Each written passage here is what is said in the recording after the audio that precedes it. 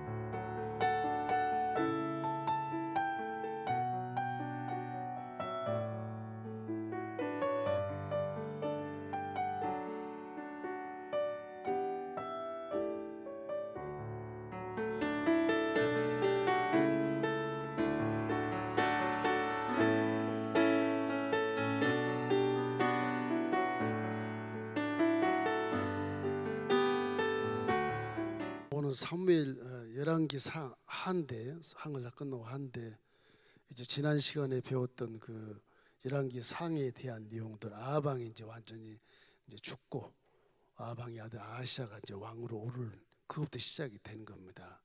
그러니까 구약에서 가장 악한 왕이 아합이다. 그건 딱 기억해 놓으시면 좋아요. 오므리 왕조의 이제 오므리, 아합, 아하시아, 요람 쭉쭉 나가요. 이렇게 왕들의 아들들이 그 한 왕조가 상당히 긴 세월을 악하게 이렇게 백성들이 이렇게 지배하면서 살아가는 그런 역사가 있습니다. 구약의 성경 역사는 언제나 어디에 주안점을 두느냐? 말씀의 권위에 주안점을 둬요. 구약 전쟁이 나건 뭐가 나건 왕조가 바뀌건 구태대가 일어나건 상관없이 말씀 하나로 딱 그냥 정리가 돼요. 말씀대로 살면 나라가 흥하고 말씀을 거역하면 저주받고 딱 두 가지 그게요. 근데 사람이라고 하는 것은 말씀을 순종해 살아야 사람답게 산다. 그것이 구원의 지름길이다 하는 것이죠. 그 여호수아 장군이 그렇게 엄청난 200만을 이끌고 요단강을 건너서 12지파의 기업 분배를 다 해서 통일한국은 안 됐지만 그래도 12지파의 대이스라엘 제국을 만들어 온 이후에 왕이 없어. 모세는 제자를 잘 키워서 여호수아 장군을 후임을 줘서 임을 했는데 여호수아 장군은 그 영적으로 지도자를 가르치지 않았는지 제자가 없어요. 전부 지파 속에 들어가서 이제 지파끼리 사는데 다행히도 말씀이 있어가지고서 레인들이 그 지파에 48개 성읍을 가지고 지파마다 전부 교회식으로 이렇게 지역마다 이렇게 성전을 짓고 말씀으로 이렇게 훈육하면서 세월이 지나가요. 그것이 한 300년 지나가다 보니까 나라가 이게 오합지졸이 되는 거예요. 말씀은 온데간데 없고 가나안 7족 속에 그 이방 땅에 온 것처럼 그 7족 속의 문화 속에 막 혼합이 되고 서로가 동요하는 바람에 하나님 잃어버리고 이제 막 바알을 섬기고 아세라를 섬기고 막 희한한 그런 토속 종교를 섬기게 되고 우스꽝스럽게 되는 거예요. 그래도 사사시대 300년을 하나님이 때마다 사사를 이렇게 세워가지고 그 명맥을 유지해 가요. 대이스라엘 제국의 명맥을 계속 유지해 가요. 그러니까 하나님 말씀은 이 가나안 땅이 아브라함 때부터 이 땅은 네 후손 것이다.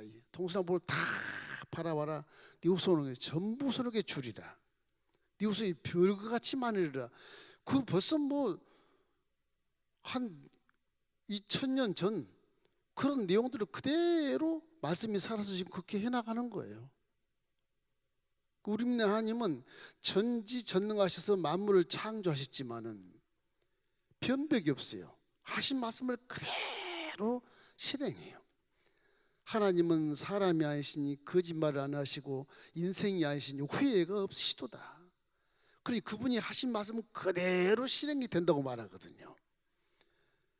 지금 열왕기 하에 와도 말씀은 그대로 살아서 역사해요. 지금도 코로나 뭐 이게 와 있다 해도 하나님 말씀은 그대로 살아서 역사하고 계신 것을 믿으시기를 주의 이름으로 축원합니다. 그게 믿음이에요. 이건 성경은 실제로 기록해 놓은 것이 이거 안 믿을 수가 없어요. 안 믿을 수가 없는 거 이게요. 만든 거라면 에이 그럴 수도 있고 저럴 수도 있겠지. 그런데 이 성경 역사라고 하는 거 실제로 기록해 놓은 거라서 이스라엘 역사책이라고 오해한 사람도 있지만 그렇지가 않아요. 하나님 말씀이 그대로 된 것을 우리가 지금 확인하고 배우고 입증하는 것이 그게 성경 공부예요. 그 성경 공부를 잘하면 내 믿음이 강해져. 강하고 다 하면 돼요. 누가 뭐래 그래도 말씀은 살아있는 거예요. 살아있는 거예요. 그래서 이 말씀이 누구냐? 요한복음 1장 1절로 3절에 보면 태초에 말씀이 계시니라. 그 말씀이 하나님과 함께 계셨다. 그 말씀이 곧 하나님이시니라 그러잖아요. 계시록과도 마찬가지 말씀이 살아서 이제 역사하는 거예요. 결국엔 성경은 창조주를 만난 자가 창조주의 말씀을 따라 살면 반드시 영혼이 잘 되고 범사가 잘 되고 강건하다 그런 거예요. 오늘 이 1장에 가면 말씀을 주로 이렇게 선포하고 중재하는 그분이 누구냐? 선지자예요. 선지자. 구약도 선지자란 말이 많이 나와요. 사실은 사무엘 전에도 뭐 아브라함도 선지자란 개념이 하나의 그런 단어도 나오고 많이 나옵니다. 모세도 그렇고 뭐 아론까지 미디안까지 그런 선지자의 개념으로 많이 나오는데 실제 선지자 이제 첫 선지자가 이제 사무엘이지만은 이 선지자란 개념은 뭐냐? 종의 개념이에요. 종. 하나님은 신이시라 물질적인 당신을 살려면 사람에게 말씀을 전할 때 선지자를 택해서 당신의 말씀을 전해요. 당신 말씀을 전해요. 구약부터 시작해서 하나님이 나타나시면 다 죽어버려요. 죄인이라 싹 사라져버려. 삼천 물질과 뭐 영혼이 싹 사라져버리는 거예요. 하나님이 그 아까운 내 사랑하는 분신들을 죽일 수 없으니까 안 나타나시는 거지. 그게 선지자를 사용한 거예요. 그리고 피조물과 창조주가 싸울 수 없어요. 그렇잖아요. 피조물이 어떻게 창조주가 싸워요. 백전백패고 그냥 사라져버리는 거죠. 그 하나님 사랑해서 그냥 안 나타나시는 거예요. 그 선지자 통해서 이렇게 내 말을 전해라. 그 지금 열왕기 상부터 쭉 지금 나오잖아요. 예? 선지자들이다. 그 선지자의 말을 왕이 안 들으면 왕이 망하는 거고 들으면 승리하는 거고 그러잖아요. 거기 하나님의 긍휼도 보여요. 그래 한 번 아방처럼 두 번 그래 두 번 승리해 줄게. 그 기적 맞지? 맞습니다. 근데도 안 믿어. 세 번째 전쟁에서 결국 죽게 하시잖아요. 그 과정에서 이제 거짓 선지자들이 막 나오고 거짓 선지자들이 참 조심해야 돼. 오늘 그 얘기 좀 하려고 그래요. 열왕기 하니까 아합이 사망한 후에 이제 북이스라엘 왕이 이제 한 20명 정도가 이렇게 악행을 일삼아서 결국에는 이제 아시리아 지난번에 아합 왕이 아람 왕과 싸워서 요단 동편 길르앗에서 죽어요. 그죠? 그 아람이 아수르로 강대국이 돼요. 그 나중에 북이스라엘은 아수르 때문에 다 망해요. 다 망해요. 나중에 그 아수르가 바빌론이라 그래서 바빌론 제국이 형성이 돼 이제 여러분이 페르시아 알죠? 지금 쿠웨이트 지역인데 그 쿠웨이트 지역에는 바벨론이 또 서쪽으로 막 침공해 가지고 아수르를 점령한 다음에 밑에 이제 서남 쪽에 이스라엘 점령하는 거예요. 바벨론이. 그 유다가 망해요. 그러니까 700년 뒤에 망하고 그 뒤에 한 600년 조금 더 갔을 때 뭐 100한 2, 30년 차이, 150년 많이 나면 150년 차이예요. 그 차이에서 결국에는 남유다도 바빌론 포로로 잡혀가요. 그래도 70년 후에 다시 포로에서 귀환을 해요. 그 나라를 세워요. 그 이스라엘이 없어졌다가 선조도 해파했다가 성벽도 다 무너졌다가 결국 또 70년 후에 이렇게 귀환을 시켜요. 바벨론에서. 그래도 나라가 또 형성이 돼요. 역사가 이제 그렇게 되어갑니다. 그러다가 이제 헬라 제국이 바벨론 전부 다 싹쓸이하고 나니까 헬라 제국 한 4세기 한 400년 가까이 지나고 로마 제국이 일어서 가지고 한 1000년 가까이를 지나는 과정 속에서 이제 로마 제국과 예수님이 등단하는 거예요. 그러다가 이스라엘이 이제 지금은 독립됐잖아요. 1945년인가 독립이 됐어요. 이스라엘 조그만 나라, 우리나라 막 강원도요 좀 더 커요.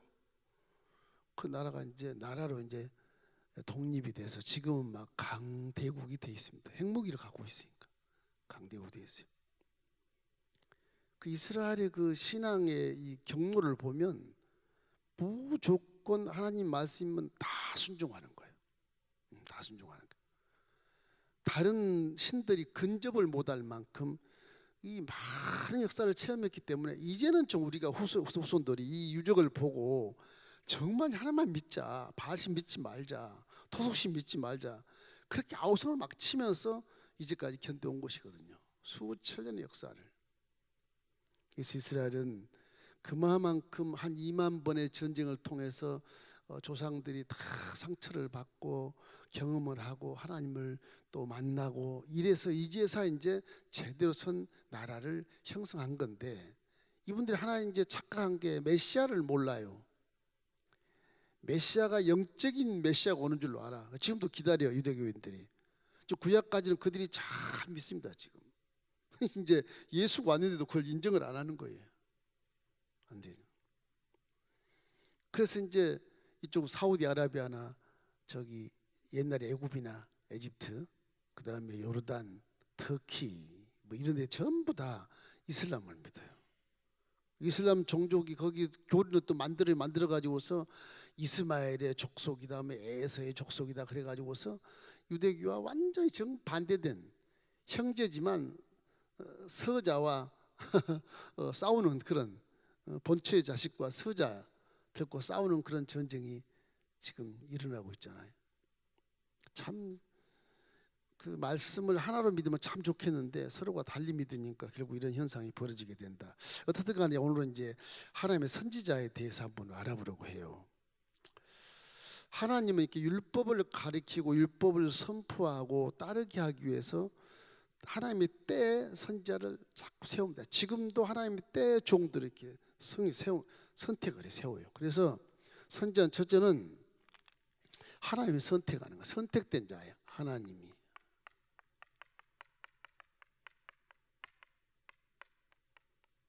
하나님이 선택한 자가 선지자예요. 하나님 선택 안 하면 거짓 선지자입니다. 거짓 선지자예요.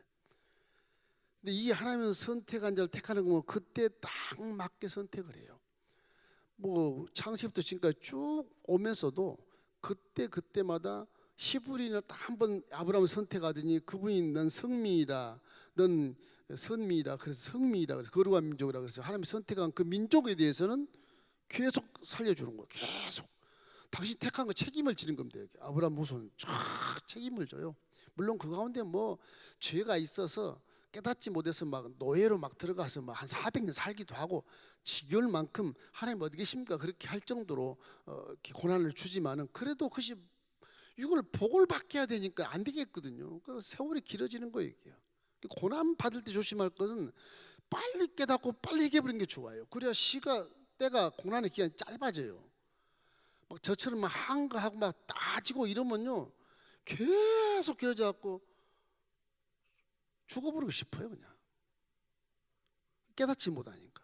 그 하나님 깨달을 때까지 계속 연단시켜서 출애굽 시키고, 그리고 이제는 말을 들으니까 명문화를 시킨 십계명을 내세우고 성막을 만들어 내가 너와 함께하게 되 보여주겠다.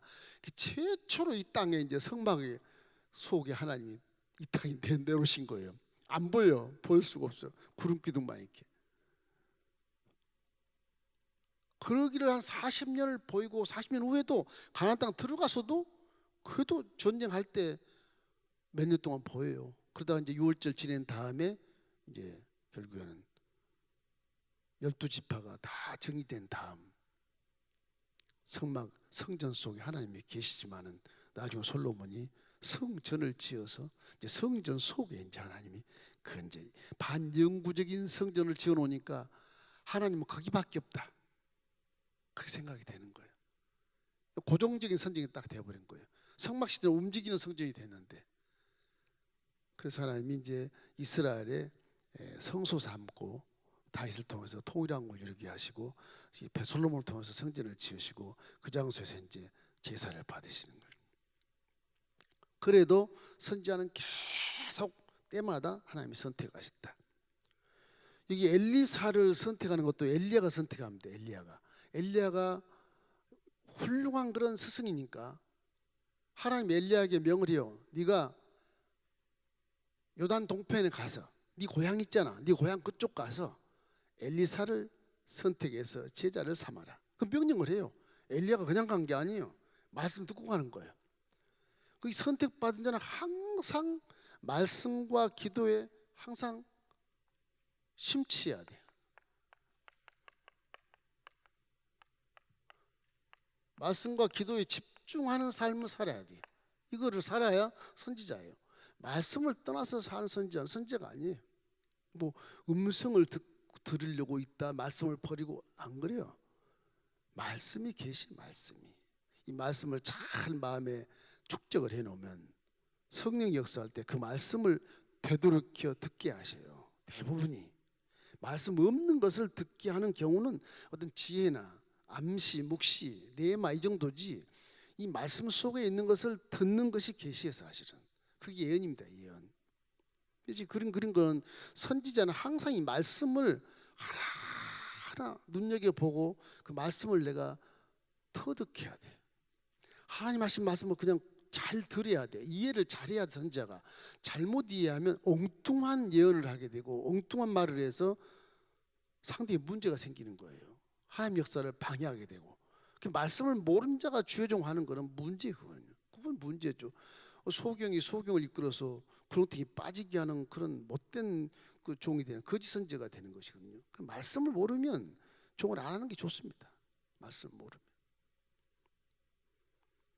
요즘에도 제가 말씀드리기 어렵고 판단하기 어렵지만은 그런 종들이 가끔 뉴스에 나오고 이런 경우도 있는데, 정말 그런데 나올 때는 말씀을 제대로 알고 인터뷰에도 제대로 하시고 기독교의 폐해 없이 하나님 영광 가리지 않게 그렇게 말씀을 잘 이렇게 해야 되는 것이거든요. 어려운 말은 못 드리겠지만 일단 이 엘리야가 엘리사를 선택할 때도 당신이 선택했으면 기도도 많이 한 사람, 말씀도 많이 한 사람, 인격이 좋은 사람, 뭐 이런 사람, 성질이 좋은 사람, 이런 사람을 눈여겨보고 후계자를 고르지 않겠습니까? 근데 이렇지 않아요. 엘리사를 만나래. 엘리사가 누군데? 부잣집 아들인데요, 농사지은 사람이 뭐 공부하지 않은 사람이 농사지은 사람이에요. 가보니까 12개의 소를 이끌고 푹 전기를 끊고, 12개의 소가 앞에 간다고 하는 것은 전기가 하나가 아니라 한 두세 개 되는 전기예요. 그걸 붙잡고 밭을 가는 거예요. 이게. 그 엘리야가 따라오라 그러니까 엘리야 이 사람이 농사를 하면서도 물론 옆에 마을이니까 잘 알겠지만은 막 갈면서 해서 그냥 3년 반에 가뭄을 피를 내게 하는 그냥 밭인 450을 다 쳐 죽인 그냥 밭. 와, 훌륭한 사람. 왕 앞에 비 오는데 막 달려가는데 마차보다 앞에 갔던 그 사람, 능력의 사람. 뭐 대단한 엘리야가 나타났으니 엘리사가 금방 알죠. 그냥 전기 놔두고 웬일이십니까? 날 따라와라. 그래요? 그럼 제가 부모님께 인사하고 저 소들 잡아가지고 잔치를 베푼 다음에 아주 아름답게 이별을 하고 따라가겠습니다. 얼마나 그 인격적인 사람이, 얼마나 인격적이에요. 못된 놈은 그냥 아버지 엄마 다 내버리고 그냥 팽개치고 갈 수도 있는데, 이 사람은 다 잔치를 베풀어서 눈물을 흘리면서 마지막 인사를 작별을 하고 가는 거예요. 그 다음에 안 가요. 그래서 이 종이라는 건 이래요. 세상을 버리는 거예요. 여러분, 종들을 이해하라고 지금 이런 말씀이 1장 2절에 나오는 것 같아요. 종들은 세상을 버리는 사람입니다. 겉으로 봐서 안 버렸어, 그렇게 볼 수 있지만, 이 종들이라는 게 이게 물론 자친에 쏘신 분은 그럴 수 있겠죠. 뭐 다 그렇지는 않겠지만, 하나님의 선택 딱 된 자는 세상과 딱 결별이 돼 있어요. 죽음의 문턱을 딱 넘어간 사람들, 사실은 겉으로 봐서 무식해 보이고 뭐 설교도 잘 못하고 뭐 아는 것도 없고 그런 것 같아도, 그런 체험을 한 자가 종으로 오기 때문에 그게 일평생 종신직 목사, 종신직 선지자잖아요. 종신직 선지자. 그건 세상 나올 수 없어요. 나오면 그거 안 되는 거죠. 그렇기 때문에 이 세상을 버리는 이 습관 속에서 살아야 되겠는데, 지금 삶 자체가 세상 속에 같이 사니까 유행을 따라 입고 유행을 따라 뭐 살고 이런 경향도 있잖아요. 그러니까 제가 학교에서 교수할 때는 여자 전수사님들 목걸이 다 떼라 그래요. 팔찌 끼고 이와 팔찌 내놔, 다 뺏어버리네. 반지 뺏어버리 그냥. 그 정도로 가르쳤어요. 성경대로 가르치다 보니까. 그게 안 하면 종 못한다. 종목. 그렇게 충격을 줘가면서 4년을 가르쳐요. 그러면 졸업할 때는 아주 검소해 보이고 유행 따라 안 입고 그리고 아주 신실하게 기도하는 자 모습으로 이렇게 졸업을 하더라고요. 그런 분들이 목회를 잘하고 있거든요. 열왕기상 19장 19절 한번 보십시다. 열왕기상 19장 19절. 엘리야가 거기서 떠나 사밧의 아들 엘리사를 만나니 그가 12겨리 소를 앞세우고 밭을 가는데 자기는 12째 겨리소와 함께 있더라. 엘리야가 그리로 건너가서 겉옷을 그 위에 던졌더니, 이 겉옷 던지는 게 참 두 번 나오는데 이제 엘리사의 겉옷을 던졌어요. 그게 이제 따라오라는 소리고, 한편으로는 신이 너를 부르신다, 너 내 찾으러 와라, 그런 뜻인데, 이 엘리사가 그걸 깨닫고 따라가요. 잔치하면서. 성천할 때도 엘리야가 회립바람에 불만과 불병과 함께 성천할 때도 영감을 갑자기 달라 그러니까 겉옷을 던져주니까 엘리사가 겉옷을 받아가지고 딸딸 말아가지고 요단강을 치니까 요단강이 쫙쫙 갈라지는 게 쫙쫙 갈라져요. 이런 실제적인 그 체험신앙이에요. 체험신앙. 사람은요 체험해 봐야 믿어요. 보면은 제가 말씀만 보고도 믿겠는데 이걸 체험하면 더 확실하죠. 확실하죠. 육체가 체험하면 더 확실한 거. 그 체험신앙이 그렇게 중요해요. 체험신앙. 그거 없으면 안 계신데 그러시기를. 그 다음에 이제 말씀에 절대 순종한 자. 순종한 자. 순종. 말씀에 순종 안 하면 선지자가 아니에요. 말씀에 순종 안 하면 선지자가 아니에요. 항상 세상을 하직하고 하나님 말씀으로 살겠다고 왔으니까 이제 말씀으로 죽는 겁니다. 말씀으로 살다가 말씀으로 죽는 거예요. 지난 시간에 미가의 선지자, 유명한 자도 아닌데 아방에게 죽을 뻔하면서도 뭐 바른 말 하잖아요. 죽을 뻔하면서 미가 선지자가 가짜로 이렇게 얘기를 해요. 하나님 시켰어요. 그 사람은 그냥 그 사람이 하는 게 아니에요. 예, 미가야, 다른 400명의 거짓 선지자처럼 니도 아부 한번 해봐라. 그러면 싸움터 나갈 것이니까. 저 싸움터 나가면 내가 죽이마. 그런 뜻이거든요. 하나님 이제 끝이 됐으니까 아합을 이제 더 이상 왕을 못하게 하시려고 그런 계시를 하는 것처럼 이렇게 얘기를. 미가 선지자가 그러면 안 되는데요 하란 말이야. 그 거짓 선지자가 똑같이 400명과 똑같이 왕이여 요단 동평 아람을 치십시오. 왕의 손에 하나님이 붙이십니다. 그렇게 했거든. 그거 안 맞는 말이거든. 근데 하나님 그렇게 하라 그러니까 하는 거예요. 죽은 목을 걸고 그 말씀에 순종하는 거예요. 그래서 이제 아방이 너 미가야 너는 항상 나한테 해로운 말만 하고 저주 말만 한 네가 지금 나한테 지금 내 400인 아부하는 선지자 똑같이 말하는 거 보니까 너 거짓말하는 거야. 그 사람도 뭔지 알아? 뭔지 알아? 선지자가 말씀대로 살다가 갑자기 자기 아부하는 선지자가 똑같이 얘기를 하니까 진짜 그런가? 그러다 너 거짓말하는 거지. 그러니까 미가야가 목숨을 내놓고 얘기하는 거예요. 사실은 하나님이 하시라고 해서 했었고 하나님 말씀할 그러면 이놈이 전쟁 나가면 죽으리라. 당신은 죽습니다. 저놈 죽여라 해도 되잖아요. 오게 가둬버리고 두려워. 왜 아합이 많이 체험을 했거든 이 사람은. 그 부인 이세벨 때문에 이게 뭐 종교를 개종할 수도 없고 체험했는데도 왕이 그게 마음에 좀 꺼리기만 하니까 죽이지 않고 오게 가둬놓고 전쟁 갔다 죽어버린 거예요. 죽어버린 거예요. 하나님 말씀은 그대로 되는 거거든. 그 말씀에 순종하면 목숨이 달려도 하나님이 살려주시고 말씀에 순종하면 무엇이 안 되더라도 다시 되도록 회복시켜 주신다는 사실을 우리가 종들의 그 개념을 통해서 알 수가 있어요. 여러분이 뭐 선지자처럼 높은 신앙을 가지라 그런 뜻이 아니에요.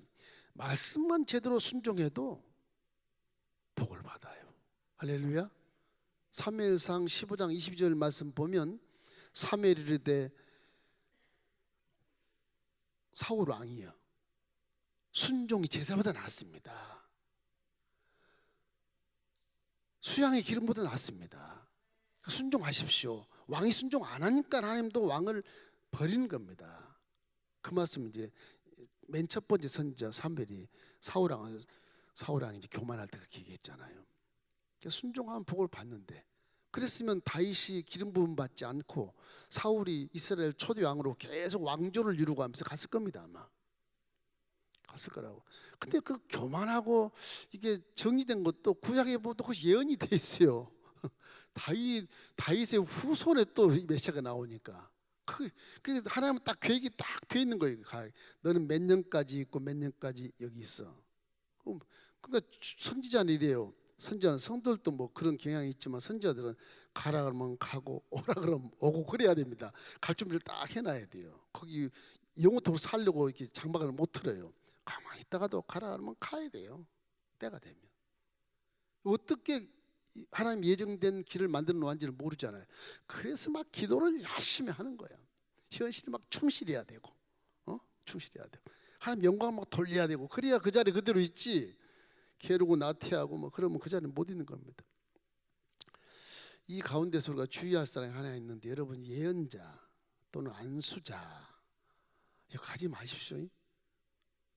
그거는 뭔가 어려워서 막판에 와서 우리 담임 목사님 계시지만 내가 다른 분한테 가서 예언을 받겠다 그런 개념은 내가 이해는 해요. 이해는 하는데 정신을 딱 차리고 이렇게 생각해 봐요. 대부분 죄송합니다만 예언하신 분들이 산골에 있든지 조그만 교회를 하든지 선교사로 빙자해서 와 있든지 가정 예배를 드리든지 이런 분들이거든요. 대부분이 그래요. 다 그렇지 않습니다. 대부분이 그래요. 그러면 내가 무시하는 것이 아니고 좋아요. 예언 좋아요. 그럼 우리 교인이 거기를 이제 이게 안수를 받으러 가거나 예언하러 갔을 때 한번 생각해보고 가세요. 와, 그분이 그렇게 훌륭한 예언자라면 교회가 엄청 크겠구나. 그래야 되지 않겠어요? 직통 계시를 받는데 교회가 막 수십만 돼야지 않아요? 안 그래요? 수십만 명이 돼야 인정이 되죠. 여러분이 일반적인 어떤 인본주의 신앙으로 자꾸 따지고 계산 잘하잖아요. 계산. 그건 왜 계산을 못하는지 모르겠어? 급해서 그런가? 그러면 우리 교회 수천 명보다 더 큰 목사님은 가서 하세요. 괜찮아요. 나 인정해요. 나보다 훨씬 더 훌륭한 목회라고 계신 분이라 영성이 나보다 훨씬 깊으니까 거기 가서 안수 받으면 오케이. 나 인정합니다. 그리고 우리 교인보다 더 적은 교회에 가서 안수를 받게 돼 대가리 디밀면 죄송합니다. 디밀면 그거는 내가 섭섭해요. 우리 성도가 저렇게 어리석나 싶어요.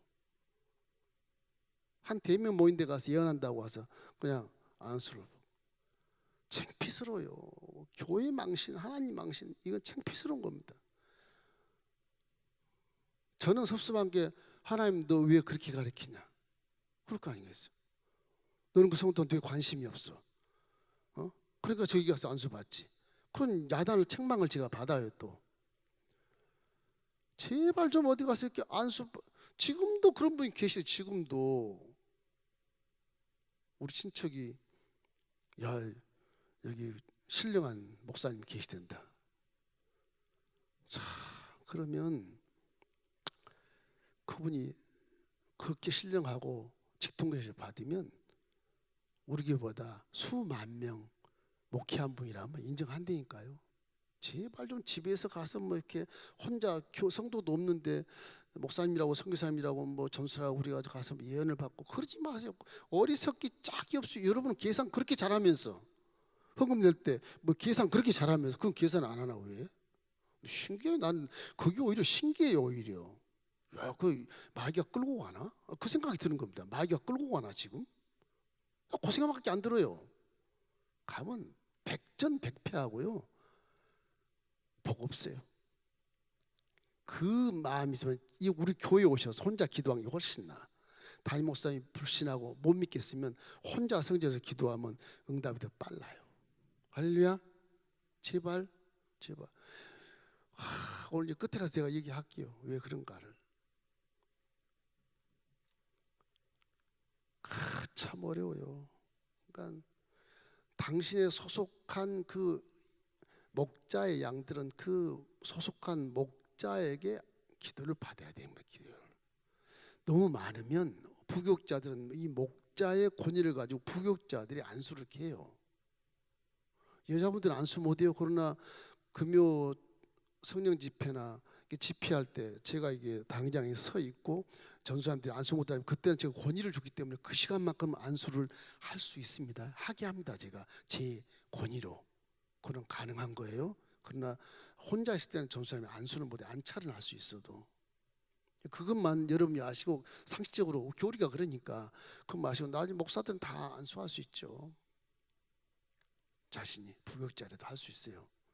그러니까 이 소속한 목자에게 기도받고 목자에게 가르침을 받고 목자에게 안수를 받아야 하나님이 기뻐하시고 그것이 복입니다.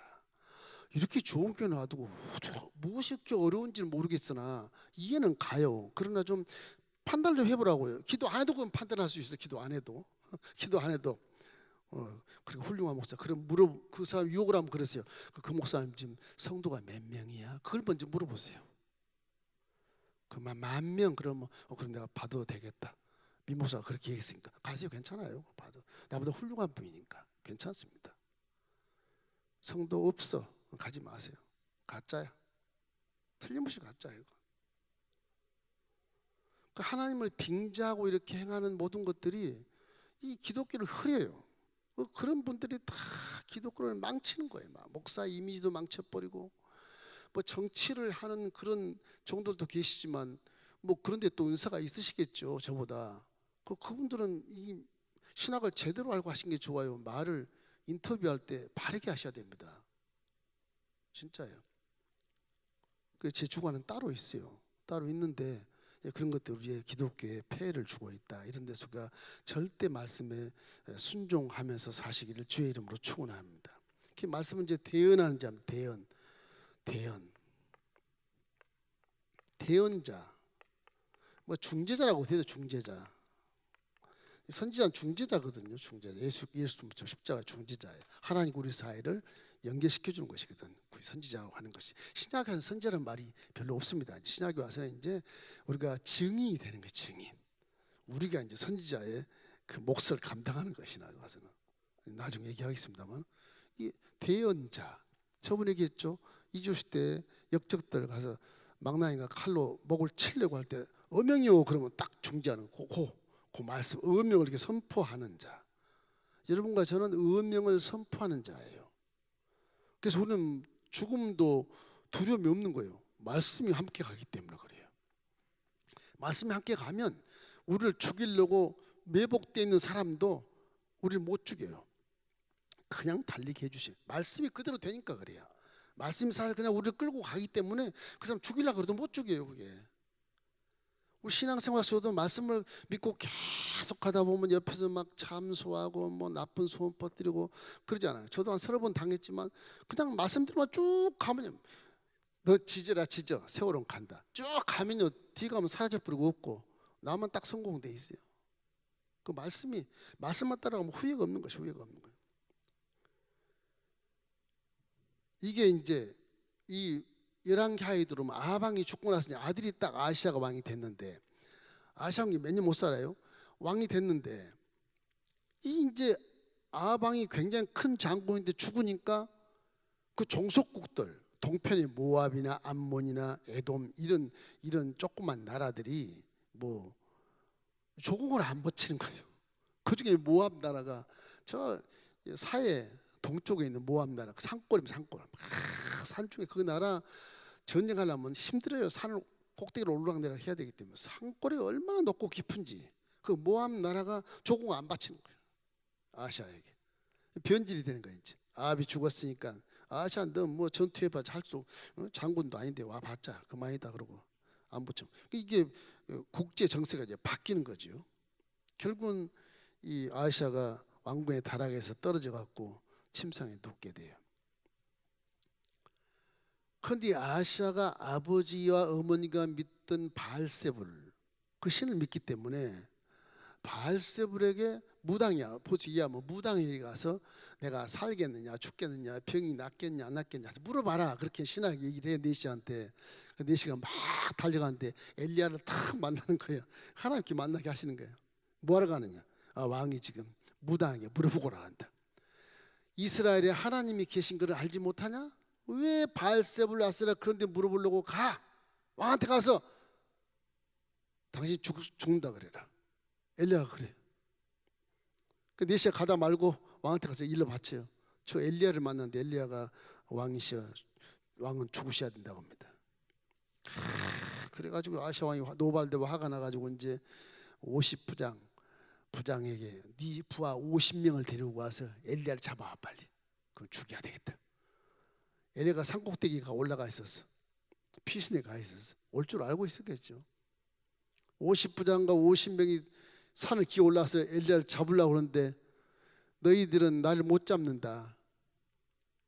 돌아가라. 그래도 계속 잡으러 올라오거든. 하늘에서 막 불을 내려서 50명 다 죽여버려요. 하나님이. 다 죽여. 우리 신앙도 말씀에 따라가면 적군이 51명이 와도 말씀만 딱 믿고 있으면 삽니다. 근데 우리는 뭐 떨어가지고 굴 속에 숨고 떨어서 뭐 무슨 총알을 막 많이 끼워놓고 이런 게 아니고 말씀을 딱 이렇게 믿게 되면 이 엘리야처럼 그냥 하늘에서 불이 내려와서 51명의 군인들을 모두 죽여버린다. 그렇게 돼요. 또 이제 아시아 왕이 화가 나니까 또 50부장 불러가지고 또 50명 가라 그래. 또 죽여버려. 똑같이 죽여요. 똑같이. 세 번째 또 보내요. 아시아가. 얼마나 화가 났으면 세 번 또 보내요. 50부장한테 51명이 가서 반드시 잡아라. 그러니까 이 마지막 이 50부장은 지혜가 있는 분이라 엘리야에게 딱 가서 엘리야 선지자여 하나님께서 우리의 목숨을 귀히 여겨주기를 바랍니다. 아주 공손하게 이렇게 기도하는 모습으로 하는 거예요. 그래서 우리 아시아 왕에게 함께 가주었으면 좋겠습니다. 저희들이 모시고 가겠습니다. 이 아주 이 지혜로운 50부장이 그렇게 엘리야 앞에서 얘기하는 거예요. 그 엘리야가 너무 공손하고 참 보기 드문 그런 모습이라 하나님께 기도해요. 하나님 갈까요 말까요? 가라. 가면 죽는데 가라. 죽는데요 가라. 하나님 가라 그러면 살려준다고 생각하는 거지. 이 선지자는 뭐라 어떻게 하겠어요? 무슨 힘이 있어 뭐가 있어. 총알이 있어 아무것도 없는 거예요. 그래서 가요. 궁중으로 가서 아시아 앞에 서가지고서 하나님 말씀한 대로 하나님께서 틀림없이 왕은 죽을 것이라고 했으니까 왕은 일어나지 못하고 침상에서 죽습니다. 그래 버립니다. 그래서 죽어요. 그 다음에 아들 여호람이라는 사람이 이제 왕이 돼요. 이 선지자라고 하는 신앙이 우리 신앙과 굉장히 교훈이 되는 게 말씀만 따라가면 죽을 고난도 다 이길 수 있다는 것을 말씀해 주시잖아요. 말씀만 따라가면. 그러니까 고린도전서 10장 13절 말씀도 말씀만 따라가면 사람이 감당할 시험밖에 없다. 내가 허락한 것은 각자에게 믿음의 수준대로 고난을 허락하는 것이니까 너는 그냥 믿음으로 밟고 말씀에 순종해. 그럼 이길 수 있어. 그 얘기거든요. 그 얘기가 그 얘기예요. 여러분 앞에 놓이는 고난들은 다 여러분이 스스로 이길 수 있는 것을 믿기를 주의 이름으로 축원합니다. 저도 그렇게 믿어왔어요. 믿어오니까 죽을 고생하는데도 결국 살더라고. 이건 뭐 10만 명이 모이는 행사가 안 될 것 같은데도 되더라고, 신기하게. 야, 참. 꼭 기억난 게 그겁니다. 상암 경기장에서 10만 명이 기도해야 하는데 비가 오는 거예요. 막 계속 비가 오고 나이도에 그 기도 당일도 비가 막 소낙비가 내린다 그랬어요. 이제까지 준비하는 거 막 6개월을 준비했는데 그거를 대통령 어떻게 모실 것이며 누구를 어떻게 이거 검진 문 대를 놓으면 막 그것이 뭐 예산이 막 매덕이 필요하고 어마어마한 행사거든요. 이게요. 그래서 못 모셨지만 그 뭐 밤새 비가 내린 거예요. 그 다음도 비가 내리게 돼 있어요. 막 그치지 않을 만큼 내려. 소낙비가 얼마나 많이 내린지. 상암 경기장 강단을 다 만들어 놓고 소파 놓고 피아노 놓고 다 막살 다 해놓고 비디오장 전부 다 해놓고 전부 비닐로 다 덮어서 다음 아침에 뭐 해야 되니까 기도를 해야 되니까 7시부터 준비 들어가니까 막 찬양이 어떡하겠어요. 뭐 비닐로 씌워놓고 강단에 천막 그냥 치고 앉아있는 곳에는 비 안 들치게 천막하고 비 오더라도 하는 거니까 새벽 3시 반에 제가 강단에 새벽에 올라가서 보니까 막 비가 내리는데 에드보르만 몇 개가 그냥 다 잔디 위에 깔아 앉아 있고 이건 말이 안 되는 거예요. 이게 행사가 될 리가 없어. 버스가 와도 문제가 될 것 같고 10만 군중이 와도 이건 뭐 아수라장이 될 것 같은 느낌이 드는 거예요. 그래도 하나님 나를 선택해서 하라 그랬으니까 믿습니다. 이게 환경이 안 되면 어떡해요?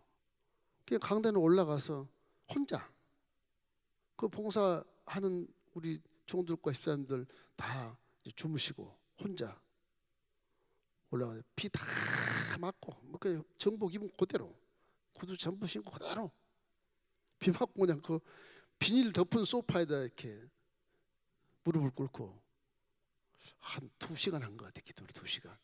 그게 감기 걸려버렸는데 한 2시간 한 거예요. 추웠어요. 초가을이라. 기도를 하고 하나님 난 여기서 끝인가 봅니다. 난 순종했으니까 이제 일어서겠습니다. 딱 일어서는데 이슬비가 내리더라고요. 이슬비가. 근데 그 이제 상암운동장에 불빛에 쫙 비치는데 안개가 좌우 끼어서 운동하고 안개가 좌우 끼었어요. 그 에드버린이 안개 속에서 막 이렇게 움직이는 거예요. 순수 움직이더니 하나씩 조금씩 올라가는 거예요.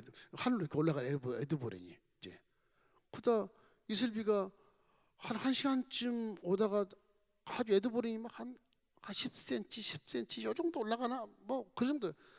또 그 자리에 있고 좀 보면 쭉 올라가 있는 것 같고. 그래 또 소나비 오면 쭉 내려갔다가 또 그치면 쭉 올라가고 그러기를 한 2시간 그러더니 비가 싹 그쳤는데 전부 안개라. 새벽 안개라. 어떻게 보면 천국 같기도 하고 뭐 햇볕한테 확 비쳐가지고 나 혼자 있으니까 벌판 혼자 서 있는 느낌이에요. 좌우로 해가 뜨는데 하늘이요 언제 그랬더니 먹장구름이 싹 사라지고 하얀 구름이 이렇게 뜨는 거야. 하얀 구름이. 그래가지고 8시 되니까 우리 언론 목사님 전화를 했어요. 수고했다. 기도 많이 했지. 그거 하나님이 하신 말씀 같아. 눈물이 팍 그러고 그 몸살 나가지고요. 이 기도에 처음에 시작할 무렵에 강단 뒤에 이렇게 지시하면서 서 있다가 그냥 쓰러졌어요. 그래서 집으로 가버려서 3일 동안 꼼짝 못하고 행사가 된지도 몰라요. 이게 말씀대로 간다는 것이 이게 쉬운 건 아닌데 그래도 말씀했으면 내가 100% 순종해야 되겠다는 그런 믿음이 있어야 되거든요. 그게 믿음이 없으면 그냥 도망가 버려 사람이. 에이 이런 걸 하면 내가 안 해야지. 가버린다고 잘못. 사람이라는 게 이게 그 자기 고집이 있기 때문에 더 그래요. 그래서 이 아하시아도 자기가 노발대발하고 뭐 엘리야를 잡으려고 했었지만 지가 죽어버리잖아요. 엘리야는 말씀대로 살고 아하시아는 바알세불, 바알을 믿고 살기 때문에 하나님이 누구를 이기게 하겠어요. 이게 이런 모든 사건들이 구약에 막 수천 가지 있습니다. 이게 전부 말씀에 순종하면 살고 순종하지 않으면 저주받는 거예요. 다 그렇게 돼 있어요. 뭐 스토리를 잘할 필요도 없어 이거는. 그러니까 열왕기하까지 공부하면 구약은 거의 다 꿰뚫어요. 거의 다. 역대상 그건 다 중복되는 게 많아요. 중복되는 게 많아요. 그리고 선지자들 얘기 다 여기 있는 얘기들이요. 앞으로 바벨론 포로 잡혀가는 거 다 그런 거 말씀에 순종 안 하니까 가마솥을 부어서 너희들 다 포로 잡아 이런 얘기 나오고 그래 말라기까지 다 그래요. 이래서 선지자라고 하는 것은 말씀을 죽어도 태어나고 죽는 겁니다. 죽어도 죽으면 영광이에요. 사실은 중지자이기 때문에 죽으면 영광 말씀인데 하나님의 말씀이 선지를 창조하는 권세 있는 말씀이기 때문에 더더욱 그런 겁니다. 또 하나 있다면은 기름을 부어요. 기름 부은 자. 기름 부음을 집행해요. 집리한다 그러나? 기름 부을 왕 세울 자를 기름을 붓고 선지자 세울 자를 기름을 부어요. 이 엘리야가 하살에게 가서 베나다르 왕이 죽질 않았는데 화살을 가서 왕을 세워서 베나다를 쫓아내버리고 왓수르를 만들어요. 아람을 왓수르로 만들어버린다. 강성하게. 그거를 하나님이 허락하고 나중에 원수가 되지만 허락하는 것이고 그것도 다 원수를 대기하는 이유는 이스라엘을 신앙을 바르게 하기 위해서 연단시키는 도구로 사용하는 겁니다. 그게. 그러니까 거기까지 하나님이 간섭을 하시는 거예요. 여러분 주위 사람까지 간섭을 해 하나님이. 언젠가 너를 내가 교육하기 위해서 네 주위 사람을 내가 약간의 섭섭하게 만들 거야. 그래서 둘이 원수가 되는 것처럼 싸우다가 서로 깨닫고도 신앙 성장하게 만들고 그런 것도 다 하나님이 허락해서 하는 거예요. 허락해서. 그렇다면 우리의 순복 엘림교회 와 있는 여러분 다 하나님이 허락해서 지금 만나고 있는 것을 믿기를 주의 이름으로 축원합니다. 남이 아니에요. 남이 아니라고. 다 얼굴 보고 만나는 건 전부 다 우리 식구들이야. 우리 식구들. 언니가 얘기했죠. 이 신학대학에 이렇게 한 반이 그때는 한 120명쯤 됐어요. 그때는 사명자들이 하도 많이 와가지고서 엄청 청강하는 자들이 많았어요. 반에 사람이 많을수록 훈련이 잘 돼요. 왠지 아세요? 30명 있는 반은 30명에 대한 인격만 경험하지 그냥 경험 못해요. 120년 되는 그 숫자와 함께 4년을 이렇게 공부하다 보면 120명의 성격, 성질, 대화 뭐 이런 판단들이 다 거기서 인간관계에서 배워져요. 인간관계 결핍이 없어지고 거기서 완만하게 돼요. 그 나이 어린 자가 와도 나이 많은 자가 와도 그걸 다 관리하고 가르칠 때 내가 배워요. 저분은 저기 장점이 있네. 저분은 이렇게 설득했더니 설득이 되네. 그런 대화, 대인관계의 그 결핍을 없게 하고 완만한 인품과 성품으로 나도 바뀌어지게 될 뿐만 아니라 내 속에서 교훈을 받게 돼요. 그렇다면 여러분도 수천 명의 성도가 있을 때 많은 게 더 좋습니다. 이 사람도 만나보고 저 사람도 만나보고 그러다 보면 연단 받으면서 깨닫거든. 몇 명 모여봐요. 우리 가족끼리 예수 믿고 잘 행복하게 삽시다. 별 성장이 없어요. 그렇게 단점이야. 이래서 이 기름 부음을 집행하는 자의 그 선지자의 권위가 있어요. 이게. 왕도 기름을 못 부어요. 제사장도 제사를 집례하지만 기름 못 부게 돼 있어요. 선지자만 하나님 말씀에 순종해서 뿔에 기름을 넣어서 쫙 부는 거예요. 삼위 선지자 같이. 그래서 왕을 부으니까 초록 목동 17살 먹은 다윗도 나중에 기름 부으니까 그대로 왕이 되잖아요. 그냥 그대로. 벌써 다윗의 길을 하나님이 딱 예배 놓고 계시는 거예요. 네? 예배 놓고 계시는 거예요. 그 사람은 그래서 나면서부터 복 받는다 그러지 않습니까? 나면서부터 복을 주어 이르시되 생육하고 번성하여 땅에 충만해라. 그래서 모태신앙이 진짜 좋은 거예요. 모태신앙 복을 주어 이르시되 모태신앙. 너무너무 좋은 거예요, 진짜. 모태신앙 무시하지 마십시오. 그 조상들이 엄청 기도를 많이 했기 때문에 그 사람 진짜 복받은 사람이에요. 정말 복받은 사람이에요. 이 사무엘상 16장 1절로 2절을 한번 읽어볼까요? 야훼께서 사무엘에게 이르시되 내가 이미 사울을 버려 이스라엘 왕이 되지 못하게 하였거늘 내가 그를 위하여 언제까지 슬퍼하겠느냐? 너는 뿔에 기름을 채워가지고 가라. 내가 너를 베들레헴 사람 이새에게로 보내리니 이는 내가 그의 아들 중에서 한 왕을 보았느니라 하신지라. 사무엘이 이르되 내가 어찌 갈 수 있으리까? 사울이 들으면 나를 죽이리이다 하니 야훼께서 이르시되 너는 암송아지를 끌고 가서 말하기를 내가 야훼께 제사를 드리러 왔다고 해라. 그러니까 하나님 저런 지혜까지 다 가르쳐 주는 거예요. 말씀에 순종하면 저런 지혜까지 다 가르쳐 주시는 그 소상하고 자상한 그런 하나님의 속성을 알 수가, 성품을 알 수가 있어요. 하나님은 좋으신 하나님입니다. 구약에 봐도 무시무시한 시대에 봐도 하나님은 좋으신 하나님이에요. 이런 걸 보면은 율법 시대 얼마나 무서워요. 그런데 좋으신 하나님이라는 사실입니다. 그래서 기름 부음에 이 집행권을 주는 것입니다. 마지막 하나 있다면 뭐가 있냐 그러면 계승, 후계자를 선택하는, 후계자에게 계승시키는 겁니다. 계승. 종은 그냥 아무나 이렇게 그냥 오는 게 아니에요. 예를 들면 우리 원로 목사님이 민집사를 이제 총으로 이렇게 세우기 위해서 이렇게 가르친 거예요. 어느 순간에 교회에서 이렇게 공고가 나고 기도회라 그래서 그 입학원서를 내서 들어가게 된 거예요. 물론 개인적으로는 원로 목사님보다 더 주관적인 체험을 많이 그동안 하죠.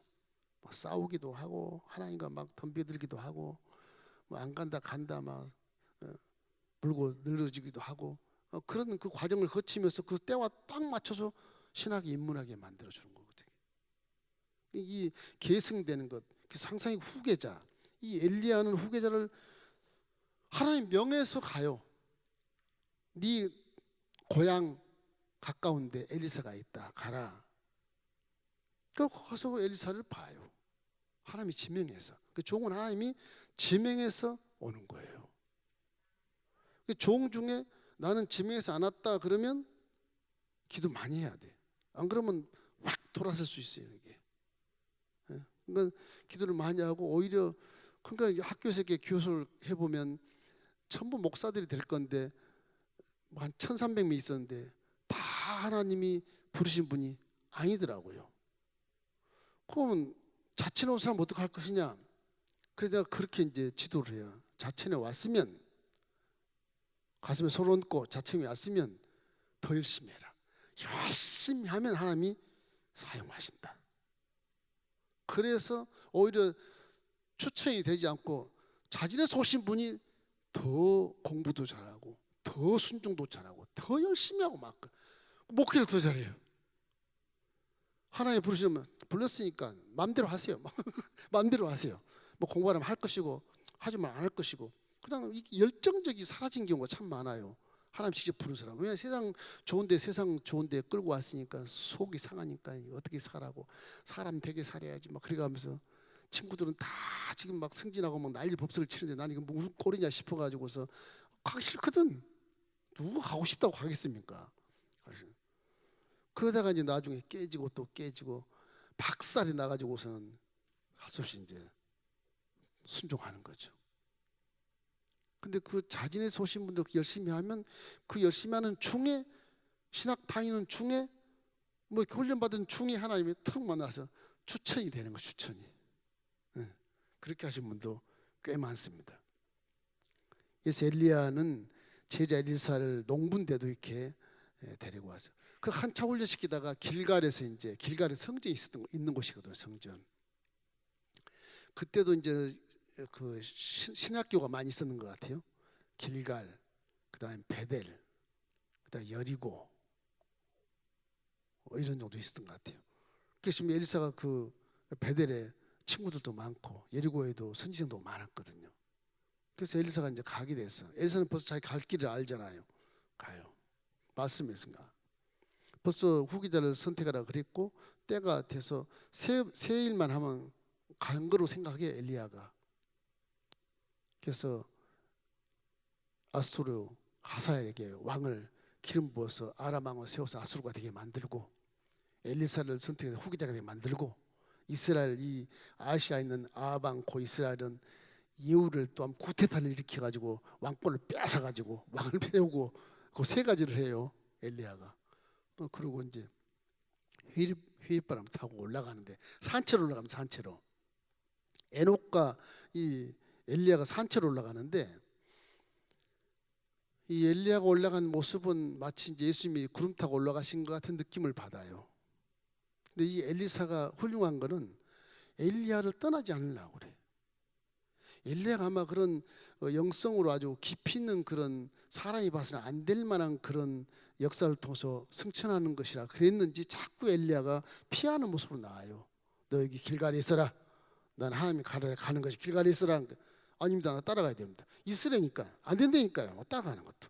베델에 오니까 베델에서 제자들과 함께 만나다가 세미나 한번 하고, 길갈에 있어라, 베델에 있어라. 너 따라가야 됩니다. 있으려니까 또 따라가요. 여리고에 내려가요. 엘리야가 왜 이렇게 막 피해서 막 내려가는 모습이 나와요.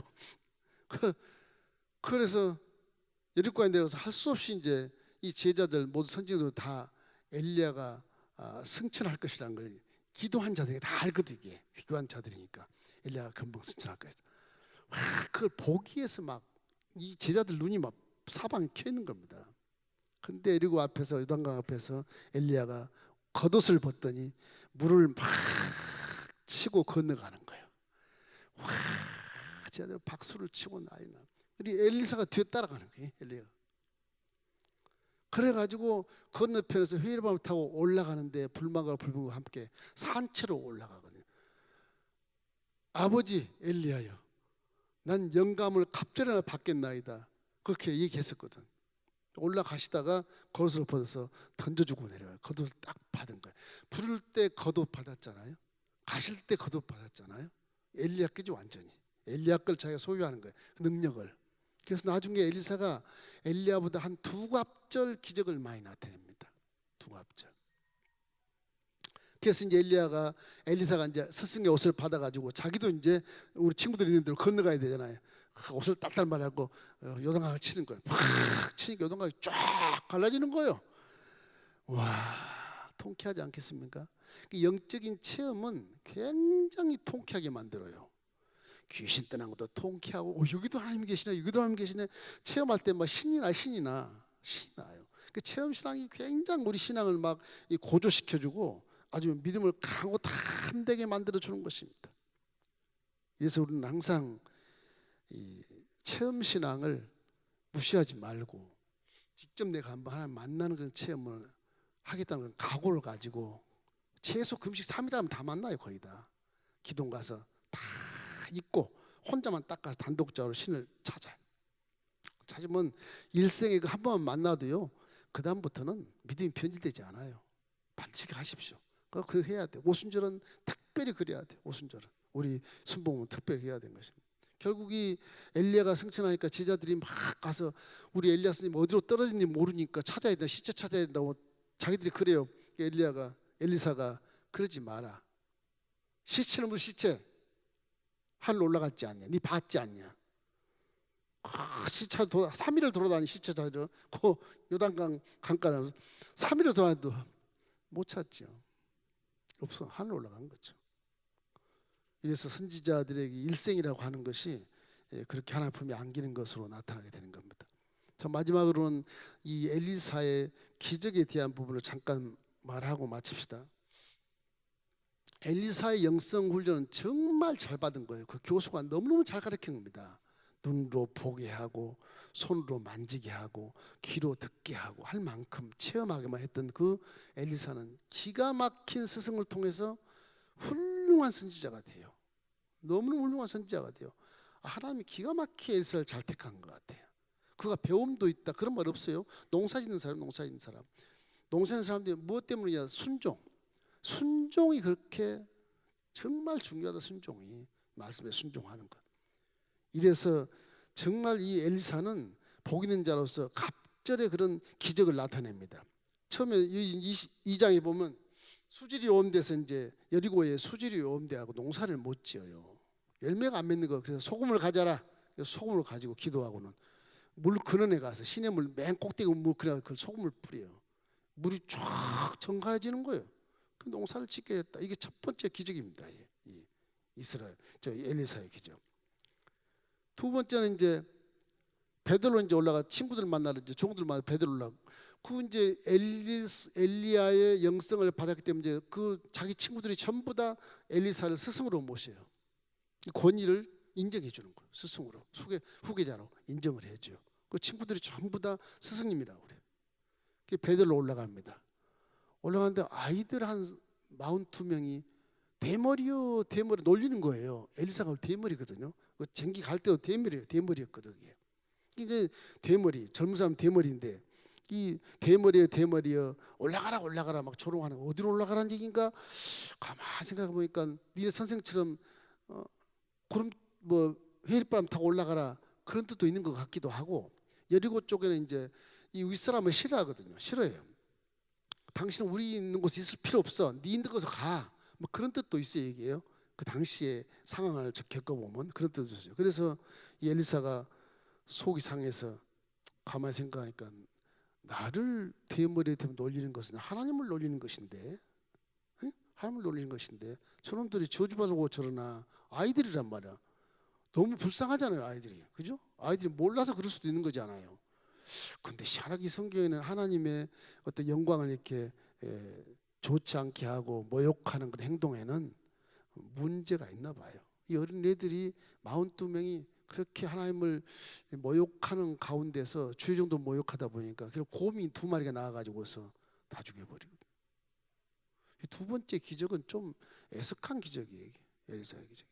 그 다음 때 엘리사를 감히 놀리지 못했다. 그런 것이거든요.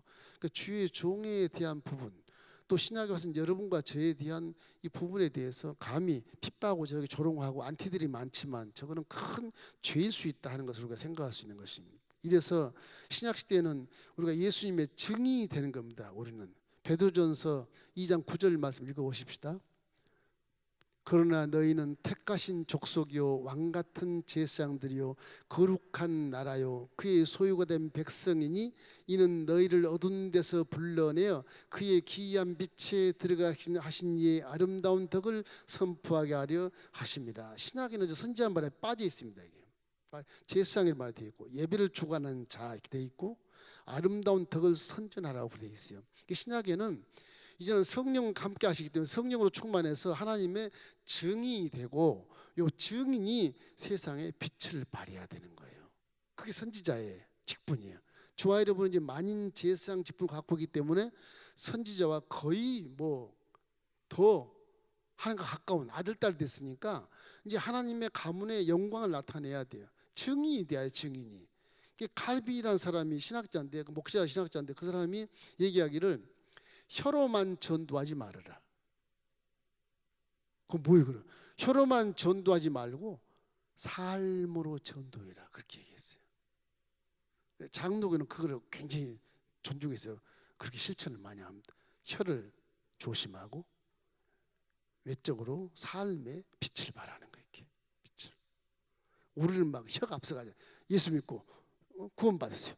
막 믿든지 말든지 막 그러니까 막 상대가 깜짝 놀래가지고 속이 상하고 뭐 기분이 나쁘니까 막 욕도 하고 부딪히기도 하고 그러잖아요. 근데 혀로만 전도하지 말고 삶으로 빛을 발해라. 그게 칼빈의 교훈이에요. 교훈.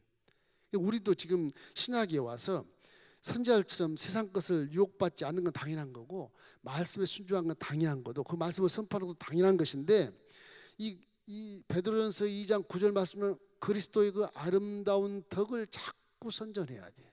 아름다운 덕을 자꾸 선전해야 돼. 세상에 빛이 되라고 하는 것입니다. 빛이 되라. 지금 선지자의 개념을 제가 얘기했는데 이 선지자의 개념이 다 여러분의 신앙 속에 이대로 정리가 돼야 돼요. 이대로 정리. 아, 나는 선택받은 자구나. 그래서 내가 너를 선택한 것이 네가 나를 선택한 거 아니야? 하나님이 요한복음 15장 16절에 말한 것처럼 우리는 다 선택받은 자거든요. 말씀과 기도에 집중해서 살아야 될 자들로 운명이 돼 있어. 운명이 여기서 집중해야 돼. 세상을 가능하면 버린 게 좋아요. 세상이라는 말은 안 좋은 말들, 악한 불의, 탐욕, 교만, 그런 미움, 시기, 질투, 분냄 이런 것들을 다 버리셔야 됩니다. 그 말씀에 순종하면 이제 복을 받게 돼 있어요. 우리는요. 말씀의 대언자로는 귀신을 쫓을 수 있지 않습니까? 기름 부으면 약간의 우리에게는 의미가 좀 그렇지만 이 기름 부으면 그냥 이 주의 종에게 맡긴 게 좋아요. 그냥 후계자. 여러분이 전도에서 영적인 아들, 딸을 많이 낳기를 주의 이름으로 축원합니다.